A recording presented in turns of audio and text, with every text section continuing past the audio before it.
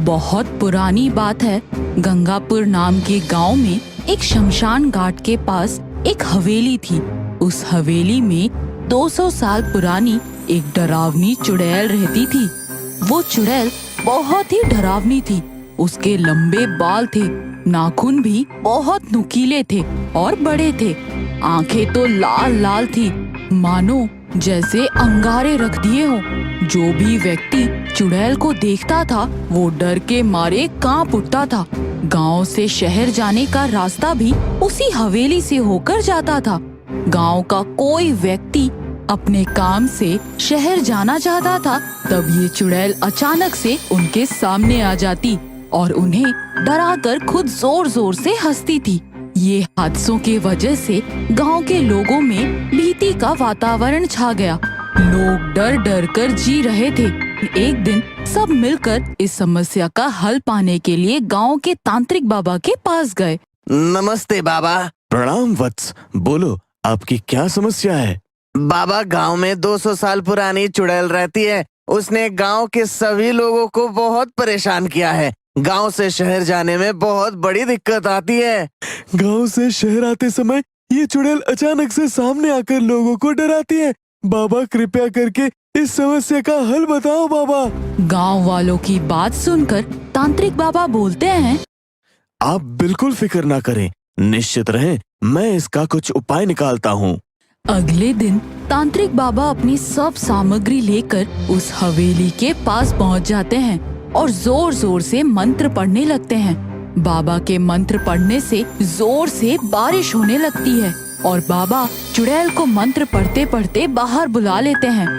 हे चुड़ैल, तू लोगों को डरा रही है, उसका बदला आज मैं लेकर ही रहूंगा। तू होगी 200 साल पुरानी चुड़ैल और कोई अद्भुत शक्ति, लेकिन आज तेरा खत्म हो जाएगा। आजा चुड़ैल, आजा। बाबा की सब बातें सुनकर वो चुड़ैल सामने आ जाती है और कहती है, ए बाबा, तू चला जा यहाँ से, नहीं तो मैं तुझे मारकर तेरा खून पी जाऊंगी। तू मुझे क्या खाएगी? उससे पहले ही मैं तुझे इस आग में जलाकर तेरी राख कर दूंगा। बाबा की ये बातें सुनते ही चुड़ैल को गुस्सा आ जाता है और वो बाबा को मारने के लिए उसकी ओर दौड़ती है। तभी बाबा अपने हवन में से राख लेकर उसके मुंह पर फेंक देते हैं, जिससे उस चुड़ैल का मुंह जलने लगता है और वो जोर जोर से चिल्लाने लगती है, आ, आ, मेरा मुंह! बाबा, मैं तुझे नहीं छोड़ूंगी। चल चुड़ैल, चुपचाप वहाँ खड़ी रहे और बता, इस गांव के लोगों को डराकर तुझे क्या मिलता है? मैं 200 साल पुरानी चुड़ैल हूँ। मैं 200 साल की भूखी हूँ। अब मुझे गांव के लोगों का मांस खाना है और खून पीना है। तुम मुझे ऐसा करने से नहीं रोक पाओगे बाबा। चले जाओ यहाँ से। रुक तो चुड़ैल, तू ऐसे नहीं मानेगी, तुझे और सबक सिखाता हूँ। बाबा फिर से अपने हवन की राख को लेकर उस चुड़ैल की ओर फेंकते हैं और फिर मंत्र पढ़ते हैं। जय बम बम भोले, अब तू हमेशा के लिए इस हवेली में कैद रहेगी और अगर तूने इस हवेली के बाहर एक भी कदम रखा तो तू जल के भस्म हो जाएगी। नहीं! इस प्रकार बाबा चुड़ैल को हमेशा के लिए हवेली में कैद कर देते हैं और इसके लिए गांव के लोग बाबा को धन्यवाद कहते हैं। अब गांव के लोग आसानी से शहर आ जा सकते थे। इस प्रकार बहुत वर्ष बीत गए, पर गांव का कोई व्यक्ति उस पुरानी हवेली की तरफ नहीं गया। एक दिन गांव के 2 बच्चे चिंटू और मिंकू उस पुरानी हवेली के पास ग्राउंड में खेल रहे थे। अरे मिंकू, देखना मैं इस गेंद को कितनी दूर मारता हूँ। ऐसा कहते ही चिंटू गेंद को जोर से किक मारता है और गेंद सीधी पुरानी हवेली के खिड़की का शीशा तोड़कर अंदर चली जाती है। ओह, अरे चिंटू, तूने ये क्या किया? अब कौन लाएगा उस हवेली से गेंद? अरे डरते क्यों हो? तू यही रुक, मैं गेंद लेकर आता हूँ। अरे नहीं नहीं, तू मत जाना। तुझे पता नहीं क्या, उस हवेली में एक चुड़ैल रहती है। अरे यार, ये सब कही सुनी बातें मैं नहीं मानता हूँ। तू यही रुक, मैं अभी गेंद लेकर आया। यूं गया और यूं आया। अगर ऐसी ही बात है तो हम दोनों एक साथ चलते हैं, जो होगा देखा जाएगा। अच्छा ठीक है, चल फिर। वो दोनों एक साथ पुरानी हवेली में जाते हैं और दरवाजा खोलकर गेंद ढूंढने लगते हैं। अरे यार, यहाँ पर तो बहुत अंधेरा है। हाँ भाई, मुझे तो बहुत डर लग रहा है। हमें यहाँ ज्यादा देर नहीं रुकना चाहिए, कहीं चुड़ैल हमें खा ना जाए। अरे यार, तू डर क्यों रहा है? मैं हूं ना तेरे साथ। तू एक काम कर, वो खिड़की खोल दे, बाहर से कुछ रोशनी अंदर आएगी तो हमें हमारी गेंद भी दिख जाएगी, समझा क्या? चिंटू की बात सुनकर मिंकू की खोल देता है और इसी वजह से तेज रोशनी अंदर आ जाती है। चल विंकू, अब गेंद ढूंढते हैं, जल्दी कर, खेलना भी तो है। हाँ, चुड़ैल को सामने देखकर वो दोनों सुन पड़ जाते हैं।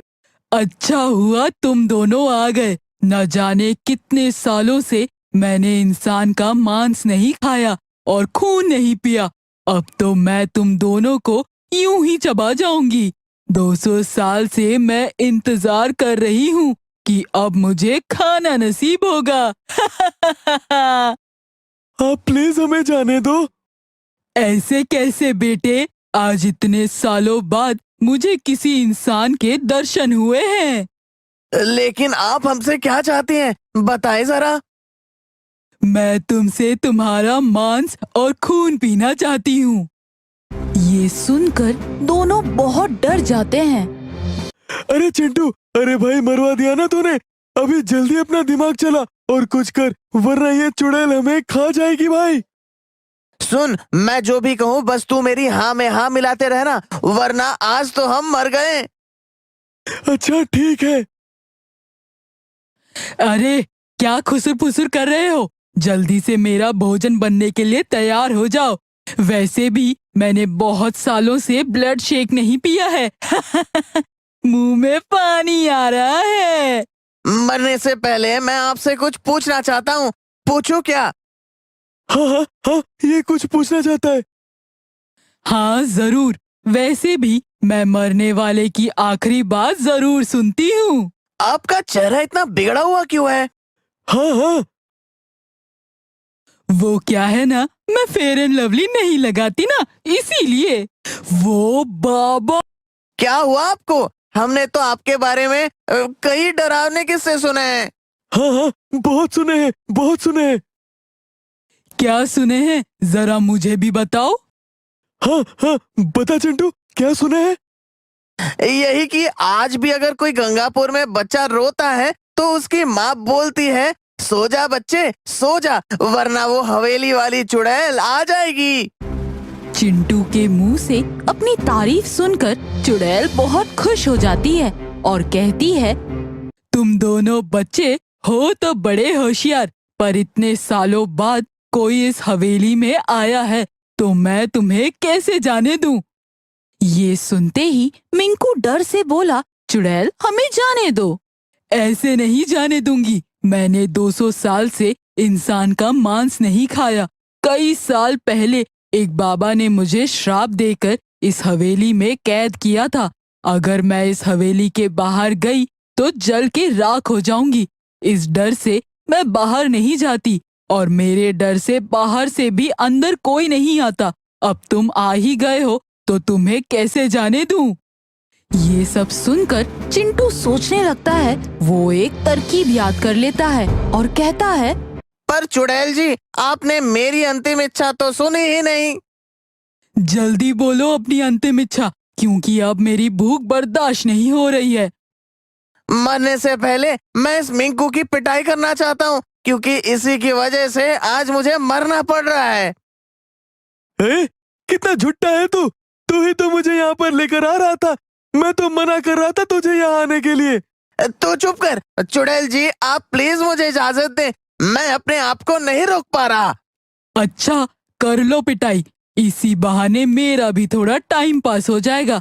और हाँ, लड़ते लड़ते जान से मत मार देना एक दूसरे को, क्योंकि मैं ही तुम्हें मारकर तुम्हारा खून पीना चाहती हूँ। चुड़ैल की बात सुनकर वो दोनों लड़ना शुरू कर देते हैं। ये ले घुसा। दोनों को लड़ता देख चुड़ैल को बहुत मजा आता है। मारो मारो, और मारो, एक दूसरे की खूब पिटाई करो, बहुत मजा आ रहा है मुझे। इन दोनों को बहुत लड़ता देख चुड़ैल उन दोनों को समझौता करने के लिए आगे आ जाती है।